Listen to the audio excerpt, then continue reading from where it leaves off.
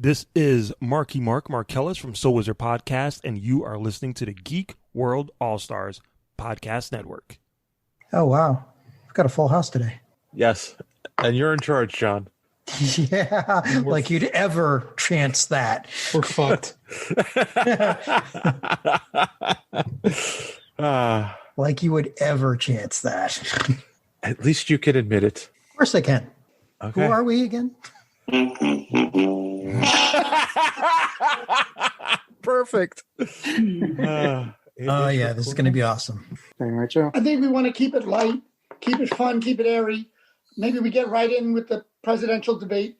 You know what I mean? Yeah, that's light and airy. Yes, I was thinking religion, but you know. Oh. Talk about the Snyder Cut. Yeah. Ooh. Welcome to the continued podcast adventures of Superhero Speak. But I think many of the people that love this character and that love superheroes in general have used these stories as inspiration to say, you know what? I'm going to do something good in the world. I'm going to make a difference like my hero when I was a kid. That is my fondest memory of it, because when you're doing comic books, you want them to affect people, right? You want people to care. You want to strike emotions, and I knew that Clone Saga was striking a lot of emotions. Can you imagine Pulp Fiction starring Goofy and Mickey Mouse? I can totally imagine that. I'm sure somebody's written that one quarter pounder with cheese and France, Mickey. What? Boy, ale with cheese. Yeah, I can totally. See? I would watch the hell out of that movie. Yes, I gladly sacrifice that my progeny to you, a mighty Marvel beast. But Neil Adams is somewhere going, it's my time. How do you measure success? Hey, everyone. You're listening to Superhero Speak, and I'm your host, Dave. And John. JD. And you know what, guys? We haven't had any guests on in quite a while, actually. So I think it's time that we had someone on, and who better to have on than a 3-time offender. This is his 3rd time on our show. The last time we got to talk to him was at New York Comic Con, and of course, he is the creator of Wailing Blade, the one and only Rich Douek. How are you, sir? I'm good. Good. How are you? I'm doing all right. Can't complain. No one listens. And Rich, you enjoy our show so much that you brought a friend with you this week. the magnificent artist behind Wailing Blade, the one and only Joe Mulvey. How are you, sir? I'm fantastic, and I apologize to your listeners. I have a damaged vocal cord, so my voice might go in and out a little bit. All right. Well, we'll it's perfect for an audio podcast. Yeah. We'll only make you. Kickstarter video, someone wrote in, "Why does that guy's voice sound like he's whispering in his mother's basement?" And I thought that was hysterical. We'll only make you talk 50% of the time, then. So I guess we'll start off with you guys have a Kickstarter going on for Wailing Blade Volume 1. Why don't you tell our listeners who aren't familiar with the book what it's about and what you're trying to accomplish with the Kickstarter? Sure. So Wailing Blade is a tale set in the dark future. Basically, the story is that mankind had a galactic empire that crashed and fell, and this is some few thousand years later, where the people the most in the world are the ones that control kind of the last remnants of the technology, and these are like your warlords and your tyrants, and one of them is the tyrant of Minturn, and he has a few executioners running around with some of these ancient technological weapons, most famous of which is the titular Wailing Blade. And the story is basically about a bandit prince named Tychon, and his father is sentenced to be executed by the head taker with the Wailing Blade. So he's got to hatch a plan to try to rescue him from execution, and that's where our story starts. It's kind of got the feel of like Masters of the Universe meets Mad Max. It's very kind of like we drew a lot from like old kind of 50s and 60s pulp science fiction stuff like Jack Vance and Michael Moorcock and sword and sorcery, stuff like that. What we're doing with the Kickstarter is we put out the single issues last year, and they went to stores. And what we wanted to do, rather than just collect all the books in a simple softcover, we wanted to do something really, really nice. So we took the 4 issues. We got a whole bunch of supplemental material, like we have a new a lot of new like artwork and stories, where we're doing a section called Legends of the Wailing Blade, where a lot of our writer and artist friends got together and contributed some pinups and short stories set in the world. And we've also got, we're teasing a new ending, sort of like an after credits kind of piece that's new to the book. And we're packaging it all in like a beautiful die cut hardcover that is seriously one of the, not just because it's ours, it's one of the coolest like hardcovers I've seen. Joe, maybe anything you want to say? I know I've been talking a lot, but I want you to rest your vocal cords. So thank you. Yeah, no, it's. I think the thing about the Kickstarter that people really want to know is, I feel like a Kickstarter is more personal. It's almost like an online convention where people are coming to your table, or in this case, the page, and they want to get to know you a little bit more. So if you don't know myself or Rich, we have a very interesting story of how we first met, which is unlike any other story I've heard before. Guys, I apologize. I don't know if any of you guys, are you sports fans? I know JD likes wrestling a lot. Right? I do. So, okay. Yeah. Well, there was a New York Yankees baseball player named David Wells that looked a lot like Rich. And a few years ago, I had kind of met Rich in passing, and we were at a bar, and this guy I went up for a round, and the guy goes, "Excuse me, are you with David Wells?" And I said, Yeah, I am with David Wells. And the guy goes, "Oh my God, I'd love to meet David Wells. Like, what can I do?" I said, "Look, he's had a bad day. Just send a couple rounds of drinks over his way, and I'll bring you over and I'll introduce you to something." So these guys ended up buying us a whole bunch of rounds. And then I just went over with something. So I go to Rich, sign it David Wells. And we brought it over and we gave it to them. And they never caught us. And if they're listening to this now, that wasn't David Wells. And this is my fault. But it was several $100s worth of rounds. I mean, I feel like it was a good call. But from that day on, Rich and I were fast friends. Yeah. Yeah, it was funny. Like the day of that, like the day before that, it was like, I think it was New York Comic Con, and it was the first one I went to, but I knew Comics Tribe, our publisher. I'd known them like through the website. Like I'd spoken to Tyler a little bit, who's the publisher, and I just went over to the booth just to say hi. And Joe's like, "Joe, you just sort of like took like an instant, like, you're like, yeah, we're going out drinking later. You're coming." And I'm like, "All right, cool." I didn't really know anybody. So I was like, "Yeah, cool." He was like, "All right, meet us here." We wound up getting dinner. We wound up getting a lot of drinks and impersonating famous New York Yankees. But it was the start of a beautiful friendship. And, there were a number of years where we were just sort of bouncing back and forth, like looking for the right project to work on together.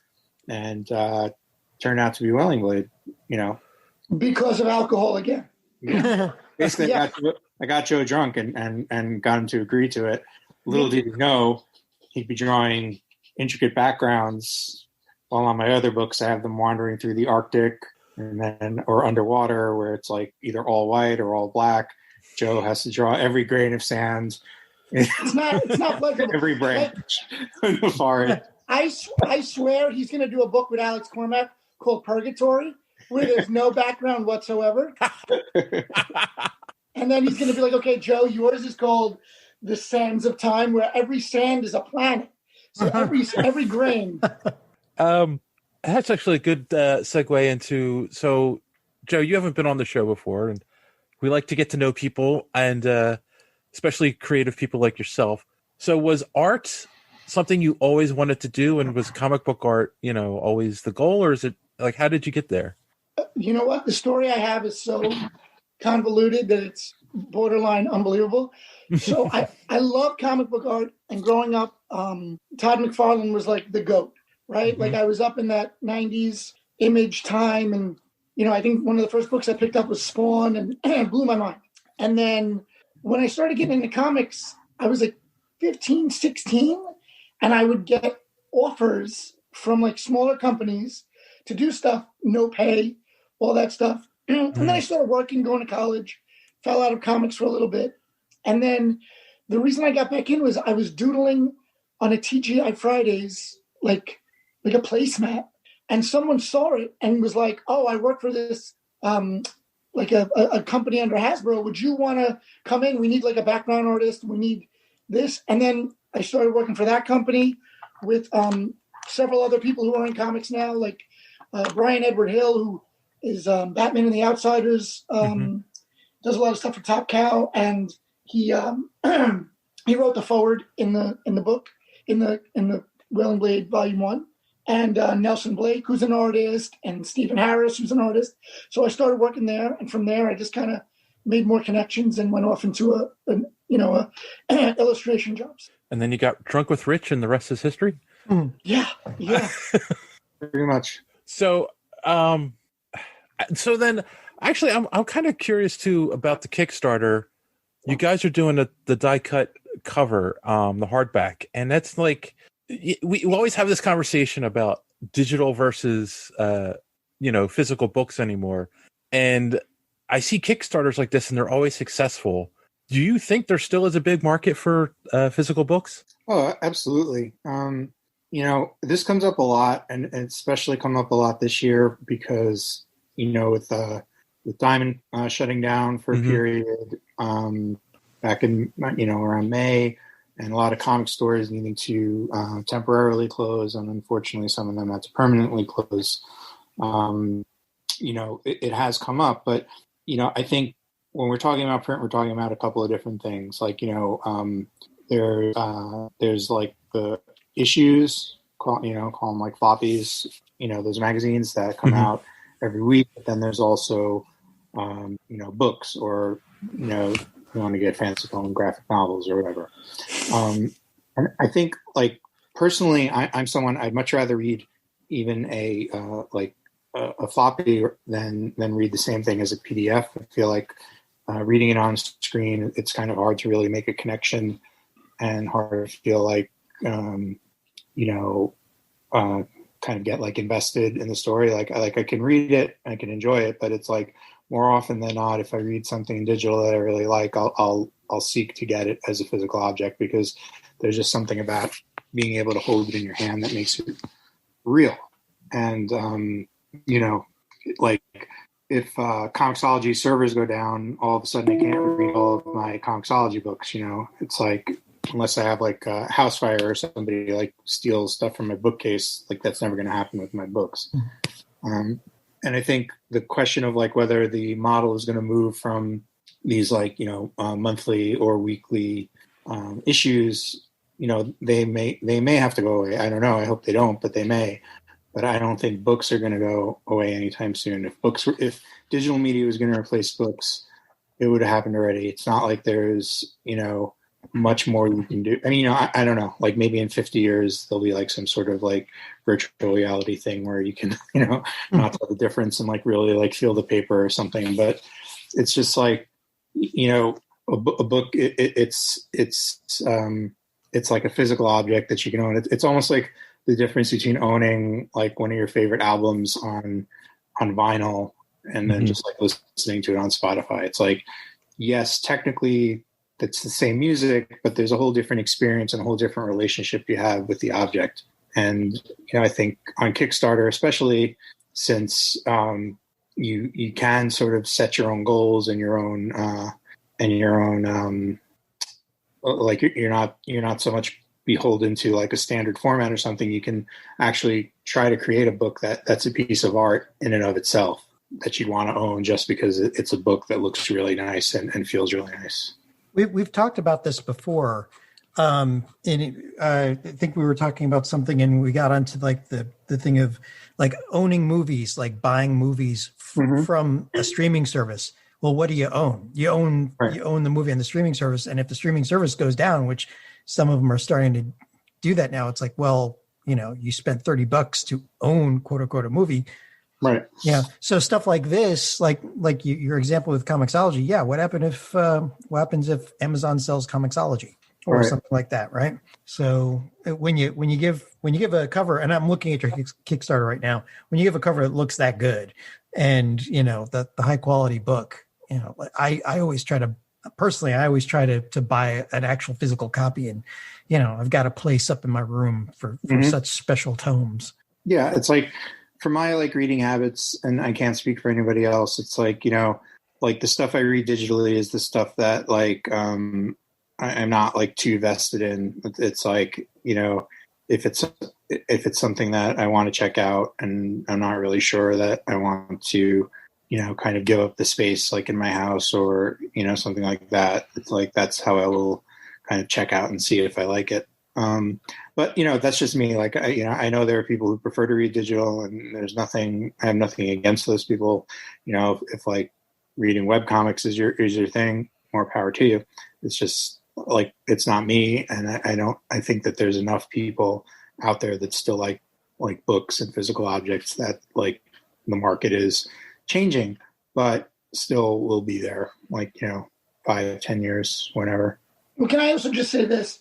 Comic Scribe is known for making these really nice, final presentations, trades. Like they just did a book called She. It was a one-shot by Ryan Lindsay, and it is breathtaking. It's a beautiful hardcover book. And I think that's especially the strength of the publisher, that's one thing that they do exceptionally well. Mm-hmm. Cool. And what's I was going to ask. Oh yeah. So I look at, because John mentioned the Kickstarter. What's your goal? And then what do you explain to people what that goal is going to get them? I know because you have a couple different tiers as well, right? Mm-hmm. So we have a few different tiers because we kind of recognize that people have different preferences, and also we wanted to get the books into the hands of as many people as we can, and not everybody's going to want to throw down $45 or $50 for a hardcover, So we have a few different levels. We have a digital only tier. We have the hardcover, like we talked about, and then we also have just a standard size trade paperback, like you would find in any comic store or bookstore, where it's got a really nice cover, but it's a soft cover. And it's the Virgin soft cover. Yeah, there's two editions. There's the one with the kind of has the I think it's the same art as we had on issue 1, and that one is the one that you'll eventually be able to find in stores down the road. But then there's also the Virgin cover, which is just this beautiful art by Joe and Chris Sotomayor, our colorist, without any logos, without anything, and that's going to be exclusive to the Kickstarter. So the whole different thing with having the different editions. Yeah, it's really just we just want to give people the opportunity to read it their way, however they prefer. The goal that we're trying to hit is $30,000. We're a little bit over halfway there. We're about 17,000 right now. And what that is going to go to, the large majority of that is going towards printing the book.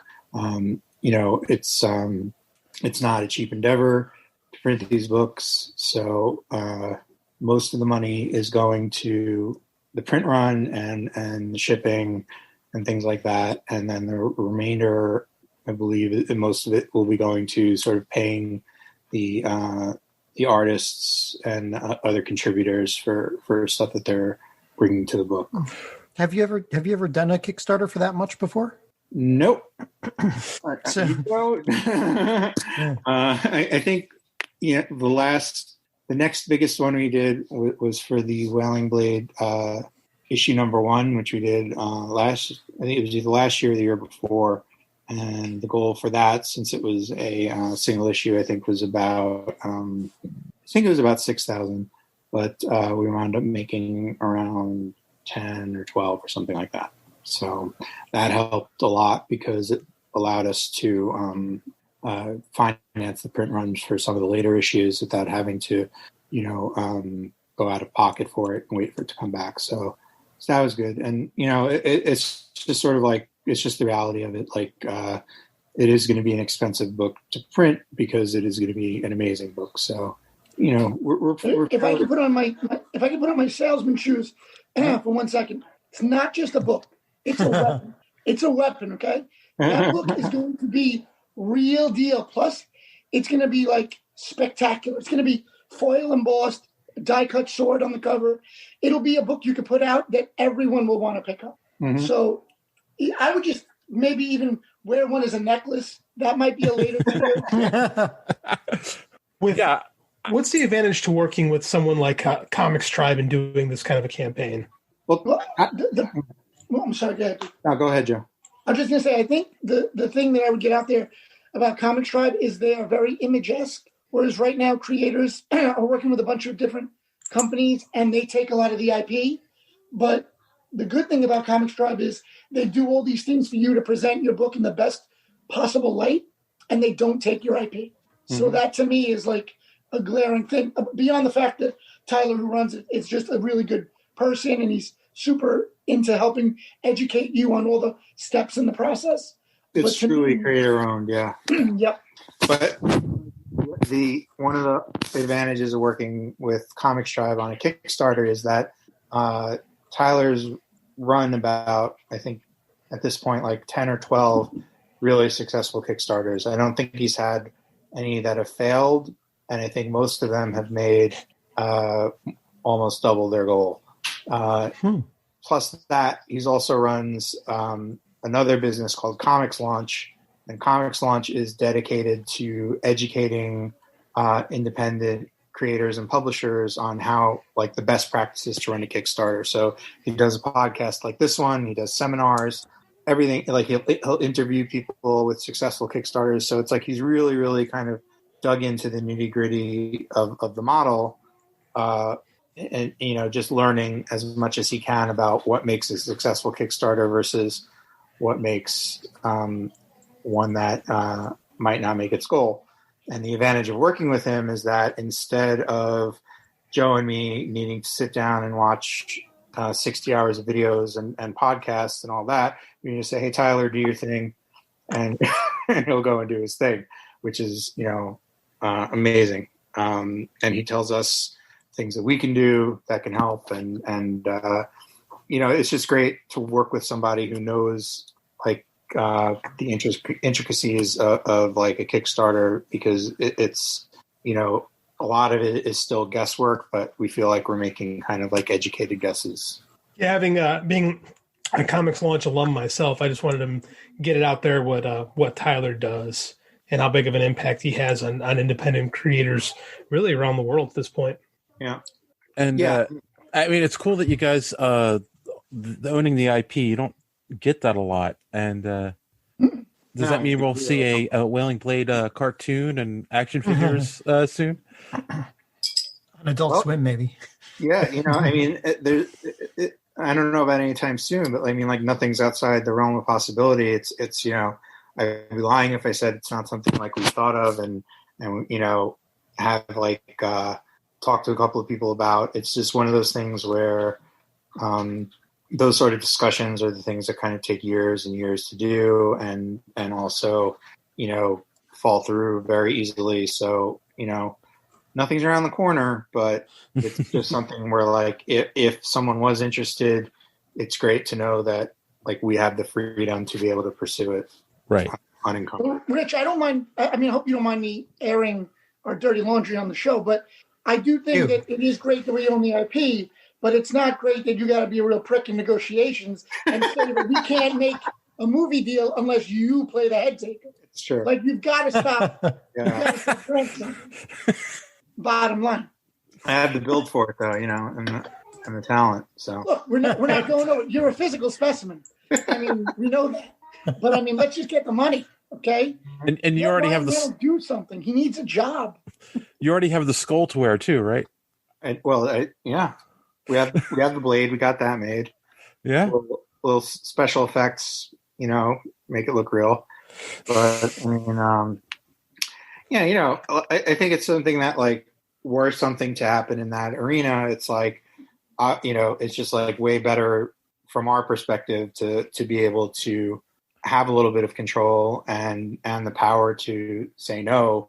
Whereas like if it was another sort of company, they might just be like, oh yeah, we sold it to some fly-by-night TV studio in Uwe Boll. And like we don't know what's going to happen with it, but so it's much better to have that like control and ability to have input on. Definitely, yeah. Where it goes. Cool. And so let's say this is a successful campaign and get your books out there. Is there plans for a volume 2? Well, hold on. It depends. Once the quarantine is over and Rich can get me out to a bar, then probably have volume 2 will happen. So what you're saying is pledge extra for some more whiskey is what you're saying. I wasn't even that expensive. I was cheap. It was like happy hour. We got to give Joe in Brooklyn. We got to give Joe some time for his voice to heal up to, so he can get like a nice long drinking session in. He doesn't have to go home and rest. And, yeah. Once we open up, I'm going to ensnare him to doing that. Cool. And it's not, I know it's going to happen. So I'll be like, all right, fine. Yeah. But I mean, the thing is that, the way we ended the story and even with kind of like the new coda, like that all sets up like where we want to go with the second arc. And then, we'll see how successful this one is and then make some decisions about that, whether it happens right away or whether it happens after we clear our plate of like a couple of other projects. Like, Joe he's an amazing man, but he's only a man. He's got another book called Happy Hill that he's working on, and we don't want that to get delayed. So, so I think like the desire's there. It's just sort of a question of like when and how we're going to make it happen. But Rich has said if the Kickstarter does a certain level, it'll be the put Joe on cocaine level so that I'll be able to do 2 books at one time. So we'll see. I mean, I'm a willing participant. I'll see what happens. All right. I was going to be my next question as well, too. What are some other projects you guys have out there you want people to look out for? I was going to ask about Gutter Magic myself because it sounded really cool. I heard an interview with Source Point Press about it. Mm-hmm. Yeah, Gutter Magic's really good, and I'll just throw that out there. I've been a fan of that for years. Thanks. Okay. Yeah, so Gutter Magic was the first series I published. I published it with IDW back in 2016, and it did well, but not so well enough where they were like, just keep doing it, until we run out. But anyway, so they decided they didn't really want to do more, but then Source Point Press was really interested in it. So they were like, would you like to do some more issues? And I was like, yeah, absolutely.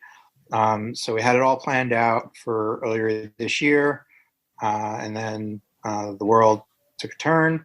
So it came out, but, there were like a few issues with like getting it out to stores and things like that. So the issues came out. I love them, but they didn't really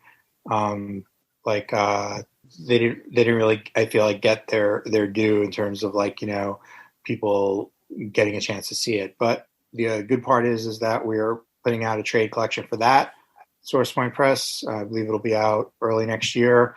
So people who did miss it in single issues, which is very easy because most of the stores are closed when the first few issues are coming out, are going to get a chance to read the whole thing in one shot. It was amazing to get a chance to work on those characters again. And a great time doing it. So the second volume is called Smoke and Mirrors. And like I said, that should be out fairly early in the year, continuing the story of the characters in Gutter Magic. The other project I have going right now is it's called Sea of Sorrows. It's going to be out on November 18th. And Sea of Sorrows is a follow-up to Road of Bones, which I did last year with Alex Cormack and Justin Birch. And it's another horror story. It's not a direct sequel, but it is kind of like thematically a sequel. So like, well, we kind of talk about how like, like Shaun of Dead, Hot Fuzz, and The World's End. The World's End are kind of like, they are separate, but they do have like, a lot of like threads in common. That's kind of like our approach to our horror stuff. So Sea of Sorrows, it's like, this one is set post World War I, and it's on a salvage boat in the mid-Atlantic, diving for German gold in a sunken U-boat, and the crew runs into more than they bargained for when a sea siren decides to start luring them to their deaths. And it's a really fun book. I had a great time writing it. Alex had a great time drawing it. Joe can attest. There's a lot of like black backgrounds and the worst. It's absolutely worst. This is like an in-joke with me and Joe. I think Alex went all out and drew like 9 bubbles on one page. Yeah. It was really tremendous. But it really is like a beautiful looking book, and I'm really proud of it. I think it's some of the best writing I've done. So I'm really excited for people to check that out too. And Rich, how many issues is it? 4? No, it's going to be 5 issues. Road of Bones was 4. The reason for that was at the end of the day, most of the story was like 3 guys walking through the wilderness. So if we were going to add a 5th issue to that, it would pretty much be just those 3 guys walking around. We felt like it might get a little repetitive, so we just wanted to cut to the chase with that one. But with Sea of Sorrows, we have a bit of a larger cast and a little bit of... And they're swimming around instead of walking. Yeah, they're swimming around instead of walking. Yeah. There's like a whole crew that has to die before the end. Mm-hmm. So we're doing 5 for that. And I think number 3 is a really big issue. Like number 3, I don't know what it is, but number 3 seems to be the one that everyone's excited for. No, number 1 is what everyone's excited for. Is it really? Is it? I feel like it's 3. Well, number 3 is good. Number 3 is good too, but yeah. Despite the fact that we have a variant cover from Joe Mulvey, that we were worried that would kind of drag us out a little bit, but I think it's actually worked out for the best because I've never had to pay a publisher to do a cover before, but you know what? It is what it is. But I mean, that's another great, fringe benefit of working with Joe is that I get to pull him in on doing covers and stuff like that, and bring like new like his own style to my other projects, which I love. I'm real excited for Sea of Sorrows. Road of Bones, I said on this show, was my favorite horror book of the year last year. Mm-hmm. Like I absolutely adored that story, so I'm really looking forward to this one. It's going to get me back in the shop. I don't like leaving the house anymore, but this one house. So I'm excited for you. Thanks, man. I really appreciate it. And I think like Road of Bones like made an impression on a few people. I saw it like a couple of weeks ago. Derek Robertson said it was like his favorite book, which was like a shock because I met him. Like he's like one of my idols as far as like artists go and comics professionals go. And I had met him at San Diego last year and gave him the issues, and I knew he liked them, but for him to say that like it was like one of his favorite books was like, wow, pretty amazing. So very happy with that. But Joe, why don't you tell them about Happy Hill? Yeah, a little bit. It's a book set in purgatory. So no. So the real world. Okay. Yeah. Happy Hill is just a book I'm going to write and draw. It's a 5-issue series. It'll come out next year. And it's pretty much like what if Lethal Weapon and Willy Wonka and the Chocolate Factory were put together? So I want this book to be something where you open it up and you go, oh, maybe even like the better pitch is The Shining meets Willy Wonka. Oh, yeah. But you open up this book and I want every reader to be like, I want to go there. I want to do this. Because this place, it's a resort where a kid has gone missing and a mask was found from this character that's called the Woodsman, who's an old myth. He's like a little bit of a genie and a boogeyman put together where You make a wish to the woodsman as a child. He makes it come true, and at some point in your life, he will make you repay that kindness. And this kid goes missing on the resort grounds. The mask is found that looks like the old mask that all the kids drew of this woodsman character. And then 2 disgraced FBI agents get sent in undercover to pretty much see if the kid is there, if it's a big lie, if it's a big hoax, if it's nothing at all. And again, they were disgraced FBI agents, so they're not going to be exactly doing everything right the way they should be doing it. So that'll come out next year. Hopefully it's a 5-issue mini, and then Rich will have me back drawing something with ornate, annoying backgrounds, and I'll probably be drunk the entire year. 2021 is going to look good. Did you? Hey, Joe, just out of curiosity, did you do like a cover for Spencer and Locke? I did a lot of them. Yeah. Okay. I thought because I know I'd heard your name before. That's like one of my favorite comics. Yeah, David's really blowing up now too, man. Mm-hmm. Speaking of David, Kyle's book is good. Yeah, she's got a short story in this book. One of the things we did was we did this whole section that's called Legends of the Blade, because like Wailing Blade kind of takes place in this society where it has this technological past, but it's such like a dark age that most of the people that live on the planet don't really know like the true history of it. So, it's sort of like a lot of like the things about the technology and especially of the Wailing Blade, it's all superstition. So we reached out to a bunch of our friends and creators that we admire and said, hey, would you guys tell a story that's like a legend about the Wailing Blade, like in the world? So maybe it's like a couple of people like in a campfire in one town telling a story. Another one might be like the story like a tavern owner is telling like his guests, things like that. So what we're doing was it's like we're doing a prose story and then a pinup from an artist that goes with the prose story.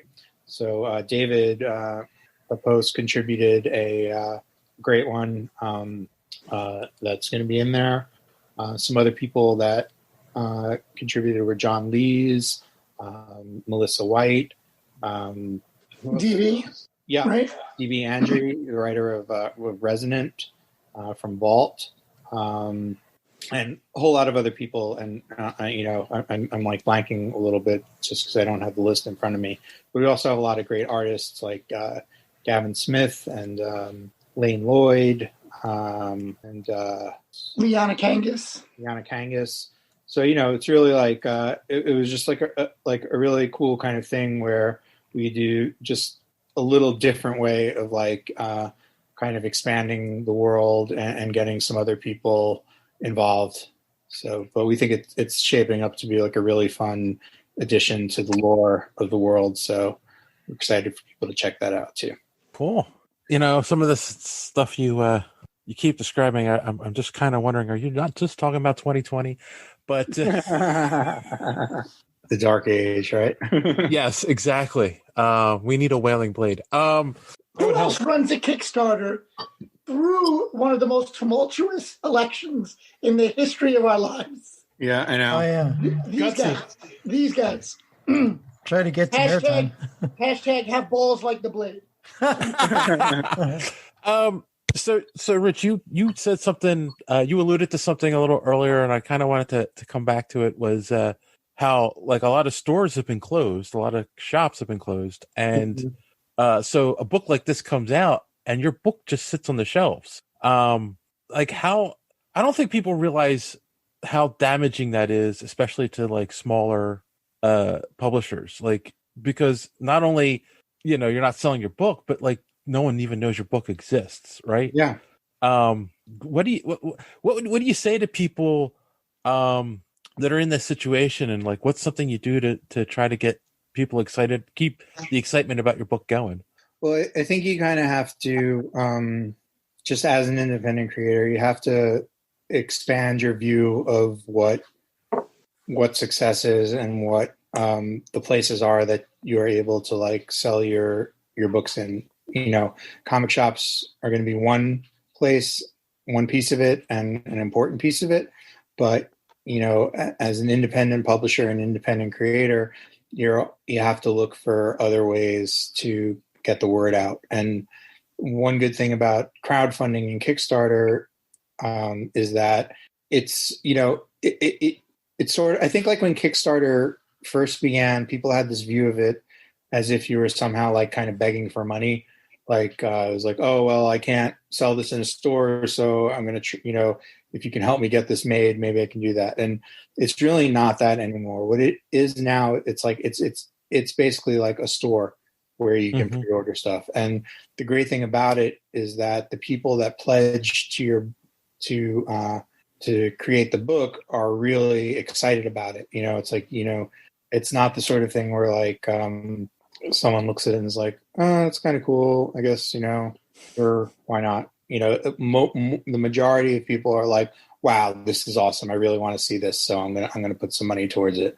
So, I don't think there's that kind of like stigma for Kickstarter. I mean, Scott Snyder just did a Kickstarter. Jeff Lemire just did a Kickstarter. Keanu Reeves just did a Kickstarter. Yeah. Oh, jeez. So, that's like a whole other discussion. But I just think it's like, as much as we love stores, it's like we have to understand that they're struggling too, and they're going to, be leaning on the things that they know are going to make money for them rather than taking chances on smaller indie books. So it's like our goal as independent creators is to find the other like ways to success and get the word out about our books that, not necessarily centered around like the goal of just selling books in stores, because like I think it's the sort of thing where like if we can do good on our own, then the stores will come along and if they hear that the book is hot and the book is popular, they can buy some too and get it out to their customers. So it's just sort of like, I think in the long run, it's like doing things that will kind of help the book sell elsewhere can have an effect that's positive for stores, even if it's not like we're asking stores to like order a ton and then just have it sit on the shelves, because that doesn't help anybody. It's like if we can sell a ton on our own and get the book popular, and then we like let stores in on the action, and they'll do good, we'll do good, and everybody will be happy. Hey, I just want to mention that your generic background has a cat in it. You might want to switch to the Hawaii background. When you were just talking about people looking at your book and going, oh, yeah, okay, yeah. You described about 50% of the people who walk through Artist Alley at every con. Yeah. This is true. But like in this case, though, it's like you said, you're going on economies of scale. There's so many people that are going through Kickstarter now. And you're right. It doesn't have the same stigma as it did originally.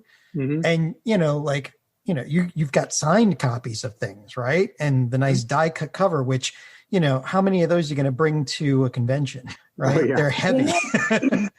So yeah, I mean, I've backed a lot of Kickstarters these days, a lot more than I used to, because, I can't go anywhere. And, we talk to people and you find out about this cool stuff, and, you read a couple of pages and you want to back it. Yeah. And it's also just a lot more like a real kind of like store, than it used to be. Like I remember when Kickstarter first started getting popular, it's like they didn't have any kind of like shipping options or like, ways to like add shipping to the pledge or not, or it was just sort of like a mess, and you just had to like cobble together and hopefully everyone would get their info straight and people would get their books. Now that stuff is all integrated into the platform. There's fulfillment services that will help you, organize everything. So it really is like the mechanisms are in place where like it's not so much like you're taking a chance on this product. It's a lot more just like you're saying like, yeah, I want this. I'll put the money up for it now, and you guys go make it. Right. And sometimes you can even have the writer of a book kill you off in their book. If the price is right, he'll do it. Yeah. I'll kill all you guys if you want. No, you don't understand. I paid to have myself killed. Yeah. I murdered John in my Kickstarter that I did 2 months ago. So nice. Yeah. It was fun. Can I ask how he does? It's eaten by a werewolf. Oh, that's a great way to go. I hope it's really messy, though. Did you get to rise as your own werewolf after, or is No, he's done. No, I wanted to die. I paid to be dead, so no, it's not important. It's not important enough. So, as Samuel L. Jackson says, you are dead as fried chicken. I think John was just done with 2020. Was like, okay, JD, kill me. So yeah, but I appreciated it. It was lucratively rewarding to murder you, John. I mean, like we like have stuff where like we have levels where like you can pledge and get yourself drawn by Joe as one of the like executioners, and yeah, it's just like another way to like kind of have fun and like, you know, just be able to offer people something that they wouldn't be able to get. Oh yeah, I backed a Kickstarter by Kaylin Smith, and I got drawn as a wanted poster as an evil person, so evil metahuman or something. So yeah, there's all sorts of things you guys can do. When I had mine a couple months ago, like I had another guy reach out to me, John, and wanted to die in the book, and so I said, sure, I'll take your money to kill you. And then I reached back and said, so how did you hear about this Kickstarter? And he said, oh, I just go through Kickstarters and look for ones that I can be a part of. Mm-hmm. And I was like, well, that's so cool that there's actually people out there that make that a point to just they'll back Kickstarters as long as they can get involved. And that's the thing that separates Kickstarter from any other type of sales platform is that feeling of participation. Like in most cases, you're helping get the project done. And in other cases, you're physically getting yourself involved in things or you know, metaphorically getting involved. It's interesting. And there's nothing quite like it. I'm glad that, you know, the old stigma of Kickstarter has been erased. Like we're still fighting it a lot on the prose side of things, but comics has just kind of set the trend of what Kickstarter is. But just think about what makes comics so great is that you could be a huge fan of a creator, go to a show, meet them face to face, and have a meaningful conversation for at least a few minutes. So now what Kickstarter does is they kind of even take you more in the fold. So now it's not even you're at the table across from each other, you're sitting at the table. You can make decisions that affect the course of the book, the packaging, the things like, you know, a story where you can get yourself killed. You can be involved in that world that you're helping to create. And I think it's amazing. Oh, definitely. Yeah. And it's funny because like one of the things I'm definitely interested in here is things like you have the creator's edition of the book. Mm-hmm. And as somebody who has had an idea for a long time, but has never sat down and actually written his idea for his comic, I'll buy this just to get inspired to work on my end. So yeah, I mean, like that's the thing. It's like, yeah, you can come up with cool, different ideas that you don't normally would see from, you know, Marvel or DC or any other publisher. You know, how often do they do something like this? So yeah. I'll explain the creator's edition real quick. It's really geared towards like, you know, people like you who you know, want to create a comic, but you may not kind of necessarily like, you know, you want to learn about kind of like how it comes together and really kind of see a little bit behind the curtain and into the process. So what we're doing there is it's going to be a black and white book where you're going to have my scripts on one side and Joe's either concept art or finished pages on the other. So you'll really be able to see like how things go back and forth, and we'll have commentary in there too about, you know, things that may have changed from the script to the page, and you know, it's really kind of meant as a tool to help people who are either really interested in the process or want to get an idea of how to do it on their own, to just sort of give them a little window into that world and maybe kind of help them get their own stuff underway. Because I know, like, when I started making comics, like, what kept me from doing it for a long time is I just had no idea, like, what a comic should even look like. You know, I was like, well, I don't know, like, I knew how to, I had taken like a couple of screenwriting classes and I knew how to write a screenplay, but I knew that it wasn't the same thing. So, and there's no kind of like standard like book or something that you can buy that's just like, you know, oh, this is what everybody does. So, you know, I think it could be really cool, like, for people who are like looking to get into comics or are really just kind of interested in like, kind of like behind the scenes kind of thing. It's almost like, if it was a movie, it would be like one of the DVD extras or something. Right. I mean, I'm such a dork for this kind of stuff. and JD is probably mad at me for this. You're a dork. I agree. When Civil War came out, I actually bought the. They had the director's cut of the first issue where it had Mark Millar's script and then some of the concept drawings alongside of his script. So yeah, I bought that too. I buy almost every director's commentary. I'm looking right now at Capullo and Snyder's Court of Owls, the entire just penciled version. Ooh. Huh. Wow. Yeah. I didn't know that was available. Oh, it's gorgeous, man. It is gorgeous. If I didn't have to reach over and knock several things over, I'd grab it. But it is really cool. Speaking of other people's work, I'm going to bring it up because it's. I'm just kind of curious of people's takes. It's something I've kind of started on our social media, totally by accident. Are either of you guys watching The Boys? And what do you think of the show and the book? Dave's going to beat this to the ground. Okay. Oh yeah. Oh my God. It's like week 3 of this. Hold on here, just so you can see, I grabbed it. So this is the. That's cool. Oh wow. And it's all pencils all the way through. Oh. And I'm glad I can be doing this on an audio podcast so that really getting the benefit of it. Oh, we'll have the video for this. Maybe we'll throw it on YouTube. Yeah, we should actually. Yeah, it's so cool. Anyway, I've never read the Boys comic, so I just went into it kind of blank, and I really liked the show. Yeah, I also had never really read it, but went into it blank. I liked the show a lot, and then I bought the omnibus edition and read the comic too.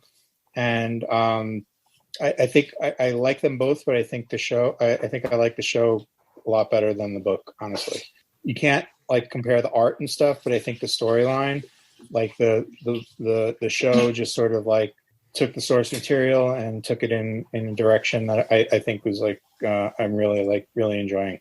Pretty interesting directions too. Yeah. No, it's just and you guys hate it? Like what I don't understand. Thankfully, JD shares my view on this a little bit. Sort of. I never watched the show. I read the first trade a long time ago and didn't care for it, so I didn't pick it up. Yeah, it's just we don't like the whole deconstruction of superheroes, and it's just it's too dark. There's no one to root for in the show, so I kind of like after the second season, I was just like, I posted this on my personal Facebook page, had nothing to do with the podcast or anything, and I was just like, I'm done. I'm out. I'm not going to watch anymore. And I had people attacking me for not liking the show. So I've kind of steered into it like, no, it stinks. it is the internet. So yes. I can't see that that's like it's probably not a very, what am I trying to say here? A lot of people might have that same opinion because we're living in 2020. There's so much dark going on. Yeah. Maybe you want something a little bit more upbeat. I mean, that's my, I mean, I The Boys, like you, I've read The Boys. I like the show better. If it weren't 2020, it would be an interesting, kind of hate watch to see, let's see who kills who first. Right. Mm-hmm. But now it's kind of like, oh God, it's like, can I throw out an idea that I think is going to happen? And it's just a theory, right? Sure. I think they're going to turn Homelander good. It's going to be a very long redemption arc. No, but I feel like it's like they're going like Game of Thrones with it. Like they brought in I don't want to give a spoiler, but they brought in another character that seems to be, if not equally as evil, more evil than him this season.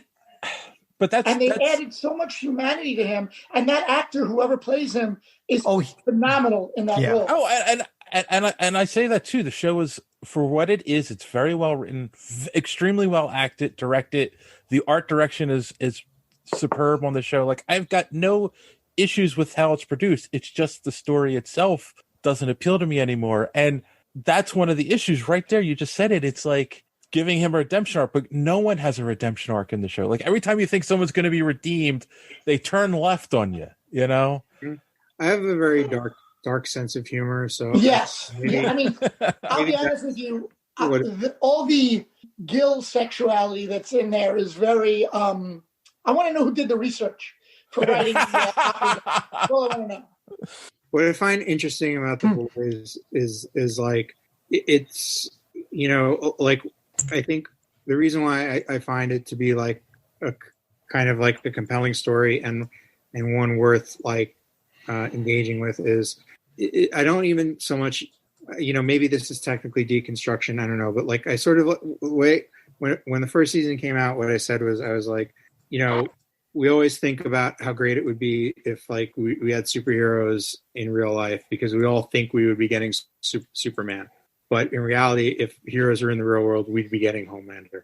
Like that's pretty much what it would be like. You know what I mean? They'd be like celebrities and cover-ups and like all this stuff. It's like, so I just kind of feel like it's like a deconstruction, but it's a deconstruction like very much of this time, like our current time. Like it's not just sort of like a rehash of Watchmen or DKR or something like that. Like I think it kind of does have something unique to say about like superheroes, celebrity, and like the way our current society would like react to having superheroes there. And like I said, like I just have like a very dark sense of humor. So like the more fucked up it gets, the more I laugh. But that's just me. So I'm going to assume you enjoyed the whale scene. Oh God. Yeah. I mean, it was gross, but it was brutal. It was pretty funny because it's not a real whale. I mean, we know that, right? Like, yeah. If that happens, Amazon doesn't have the budget for a real whale. Obviously, if something like that happened to a real whale, I'd be upset. But it happened to like a CGI puppet, so I'm okay with it. But and again, like I mean, I'm kind of burnt out on it because of how dark it's gone. And again, and like Dave said, there's nobody to root for. But it is very well done. Like anybody with your sense of humor, I would recommend it. It's most people will like it. I mean, it's on Amazon Prime, right? Mm-hmm. Mm-hmm. And so is the new Borat. Is it possible Borat joins the boys next year? Well, you said you wanted to bring somebody even more evil on, so that's what I'm saying. Now, hold on. If Borat joins the team, will the people who are naysayers in this group jump on for season 3? No. I am very super good hero. Oh, God. He could wear that thong as his costume. Oh God. Now who is it? Jason Eccles, right? Is joining next season? Is he playing Soldier Boy? He's supposed to be Soldier Boy, which I guess is their version of Captain America. Right. Like even that doesn't do anything for me. So yeah, Borat, definitely not. Maybe Scarlett Johansson. Oh, wait. Speaking of things I don't have budget for. Yeah. All right. I mean, like, I don't like begrudge you for not liking it. Like, I'm not going to go send you a death threat. It's like people like what they like, and I don't have any problem with. So that actually kind of brings to me like that's what I would have probably rather seen from the show. Is there's this, and I was totally on board first season with the idea of the analogy of stardom. And making them, the Hollywood kind of analogy. But there also should have been a view of regular people, not just the, Hunter and our Butcher, and his team. There should have been a view of like actual regular people who are like, some people, like a lot of people love them, but there's got to be the group of people are like, no matter what they do, it's like, oh, that's wrong. Because that's more like what the real world's like, where there are people that no matter how good they are, there's somebody that doesn't like them, and we should see some of that, but they don't, they just concentrate on the main characters. I get it. I don't know. It's too much. It's too dark. That's just my opinion. Well, I mean, not everything is for everybody, I mean, like, it's just like we just live in such like a polarized time where it's like everybody treats it like, you're either you either agree with me or you're an idiot that deserves to die. Pretty much, yeah. That I think that's kind of like, separate from like, the individual merits or drawbacks of the boys or the Scott Snyder DC movie or really. Scott Snyder, I mean. Well, look, Scott Snyder or Zack Snyder? Zack Snyder. I mean, sorry. Oh, all right. Sorry, Zack All Snyders. I like Scott Snyder, yeah. But I mean, like, like the recent news that like Jared Leto is coming back as the Joker. Like you've got a bunch of people that do exactly what you just did. Got a headache. And there are a bunch of people that are like, oh, awesome! Like we didn't get to see enough of him in Suicide Squad, or like, and it's like from where I'm sitting, it's like, okay, you know, it's like your opinion. Like there's no reason to, like, get at each other's throats. Like you know, well, not about comics. No, I mean, and that's another great point, right? Because I just saw Joe Maganola, however you say his name. He's going to be shooting scenes as Deathstroke for this, and it's like, what happened to, like, this is just a recut of his original movie? Yeah, I know it's already done. Yeah, staying there for 3 years. And like somebody asked me if I was excited to see it, and I was like, I don't know if excited is the word, but interested. You know, it's like like I have HBO anyway, so I've gone from not excited to morbidly curious. That's it's like, you know, I sort of want to, like, I'm interested because it's like okay, well, you know, you guys kicked up all this fuss and were really like horrible about it, so it's like, so, you know, now it's time to like put up or shut up. It's like, it better be great, otherwise, you know, I'm gonna.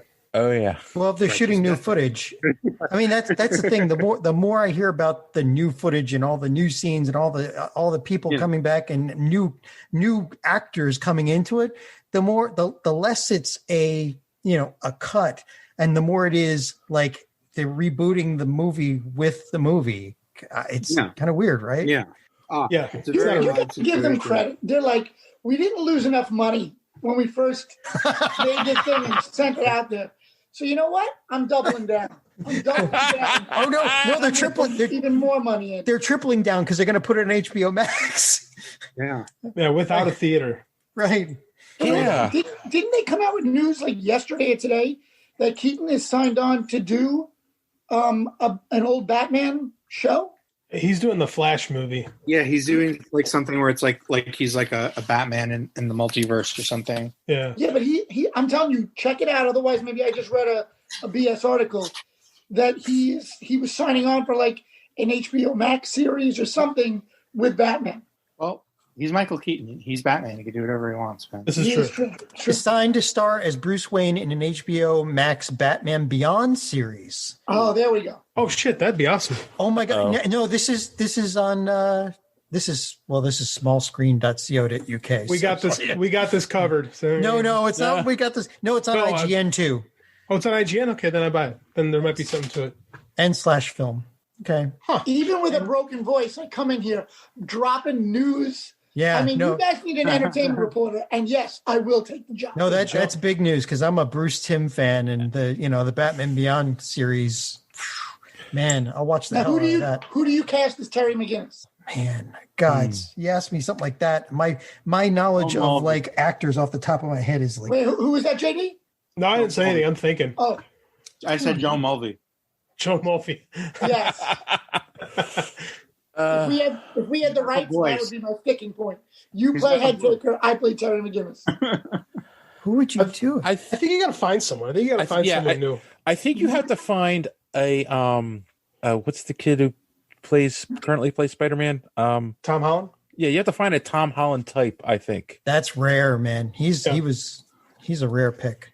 I'm going to throw one out there, and no one's going to like it, so I get ready to hear the jeers. Michael Cera. Done. Michael Cera comes in super geeky. Everyone can, because I swear to God, there is more press to the casting than there is to a lot of other stuff. You build up that outrage where people have to see it. That's true. I think they have him in mind for Galactus. He might be tied up. Oh, that would be wonderful. 5. Love it. Love it. That's going to be the name of this episode. Michael Cera, Terry McGinnis, or Galactus. Perfect. That would actually treat the algorithm rather well. I think we would get some play off that episode title. It's all about the algorithm, right? It is all about the algorithm. Cool. All right. Oh, so we're getting near the end here. So I'm going to ask Joe the question that we normally like to wrap up on. because Rich has answered this twice, I believe. And that is, how do you measure success? Ooh, that's a good question. I think by just the amount of people you're able to reach with your story or your creativity. So, I think everyone thinks in different ways. I think that as long as I can get people to pick up my stuff, to make it visually interesting, to work with great people like Rich, Comics Tribe, David Peepo, it's to work and be fulfilled. I think that's kind of my thing. And if you can make a little scratch at it, that's great as well. Because obviously I've got to start a cocaine habit. That's not money. The cocaine habit isn't listed under risks in your Kickstarter, dude. So. I have such a strong heart. It's like, you know what? Just see what it could do. I don't think that's a good answer. Pardon me, doctor.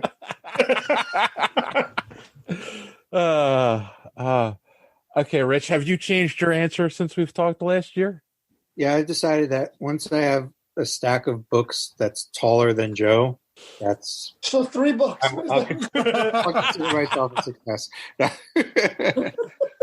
No, it's pretty... I think it's pretty much the same, and I feel like I've kind of made some strides towards that. If I remember correctly, I think what I was saying was, it's like just sort of being able to tell the stories that I want to tell, and work with great people. So, Okay, can I add on to mine as well? Mm-hmm. I think there's something, especially in the stages as you go along, being a creative person, where you're always kind of trying to open closed doors. And at a certain point, it's a little easier, or the doors get open for you where people want to hear your input and your ideas. And I think that would be a measure of success when you get respect from a community rather than just maybe 1 or 2 people. Yeah. Like I will say, like in the past year, like since like Wailing Blade and Bird Bones came out, like just sort of like going to convention and saying, just like introducing myself and being like, hey, I'm Rich Douek, I wrote a Bones, and hearing or Wailing Blade and saying, oh yeah, I heard of that. That feels like, a big stride towards like, calling yourself a success without any like, irony or self-deprecation in there. That's really cool. Yeah. Because it does feel different. Like I remember like years ago, it's like, when I was first starting out, it's like, hey, I'm Rich, I write comics. Here's this thing, Gutter Magic, I'm working on. Oh, nice. I'll check that out. And like probably like if 10 people said they would check it out, like 1 might actually do it. But to sort of have like your name kind of get there before you a little bit, that feels like definitely like it's a good feeling, and make feel like you're not like kind of wasting your time doing all this stuff. I think what I'm hearing from Joe's answer is he's waiting for you, Rich, to respect him. But that'll never happen. I was going to say, when you know Joe as well as I do, it's not. I was going to say, with you making him draw intricate backgrounds as opposed to 7 bubbles on a page, maybe you respect him more. Yeah, well, I would never give him anything to draw that I don't think he could handle, and I give him some freaking crazy stuff to draw. So I have the highest esteem for Joe as an artist, but to be honest, a lot of it is payback for him blowing up the hotel rooms that we share. Look, things happen. Things happen, David. I'm going to ask you right now. He'll disappear into the bathroom, and then it's just like you're like, oh, I have to leave. Like, have you ever gone to one show with me and not had 90 stories to tell at the end of it? You're welcome. No. David, if you're thinking of being a creative counselor, almost like a marriage counselor for creative teens, I think you might be onto something. Oh, okay. All right. Yes. So much truth in that answer. So, all right. I guess we'll start with you, Joe. Where can people find you online? I have a Facebook page. I rarely use it. I am mostly on Twitter, which is Joe Mulvey, JoeMulv, because the real Joe Mulvey, not that I'm not the real Joe Mulvey, but another Joe Mulvey is a fisherman from Montana, and he will not sell me that handle. So I am Joe Mulvey, mostly on Twitter. It's the same handle on Instagram, and I'll be there. Cool. And Rich? Yeah, I'm also, mostly on Twitter, at Douek, RDOUEK. So that's also the same thing on Instagram. And I also have a Facebook page. I don't use it so much for comics, though. It's mostly just to stay in touch with my mom and other relatives that are afraid of other social media. But yeah, I think like Twitter is the place to be. I also have a newsletter that I send out sporadically. I'm trying to get a little bit better, but it's I just wind up getting very busy. But I do when I do have news, I definitely share it on my newsletter. You can sign up for that at rdouek.com. There's like a little sign up sheet there. And the good thing about it being sporadic is you're definitely not going to get like annoyed. Like I'm not going to be like sending you like 5 of them every week. So, but I try to do it like at least like monthly. I think I'm going to start my own newsletter, and I'm just going to say sign up to this, and all it's going to be doing is me complaining to everyone who signs up that your newsletter isn't out on time. Well, gotta have news. And people that are interested in people that are interested in the Kickstarter, they can find it at comicstribe.com/Wailing Blade, correct? Yep. That'll take you right there. If you're on the Kickstarter site already, if you just do a search for Wailing Blade and it'll pop right up. And just an interesting note about the Kickstarter, you are 59.93% funded, which means that the next few people that go to your Kickstarter and sign up, they'll be under the 60%, which means that they'll get the milestone bonuses. Yeah. Yes. We have milestone bonuses. We have, I think the first one is a sketchbook by Mr. Mulvey here. Mm-hmm. 80 pages. Yeah. 80 pages. Yep. Sign up now, you get that. Now, milestone bonus. And we have other milestones at, I think, like 70, 80, and 90, and 100%. 75, 90, and 100. Yep. So if you get in now, you're going to get like extra stuff just for backing it, before we hit certain funding milestones. So sometimes it's good to be first. Yeah. Pledge now, pledge often. But I think we have a bunch of stuff planned throughout the campaign that should be interesting and fun. Like we're introducing a few new characters, so like we're gonna kind of roll those out, give like sneak previews and things like that, and have some contests and other giveaways along with that. So yeah, keep your eye on it, and we always have a good time with our fans. So I would come along. Cool. All right, you guys have anything else you'd like to add? John, JD? Nope. Not a thing. I'm back. I'm a backer, by the way. That's why I was me too. Yeah, Thank you guys. We really, really appreciate it. Yep, greatly appreciated. Yep. Yes. All right. On that note, boys and girls, I want to thank our guests again, Rich and Joe, for joining us this week. And if you're a creative and you're looking for some counseling, just reach me at dave@superheroespeak.com. But until then, as always, thanks for listening. Don't let your cape get caught in the door. Have a good week.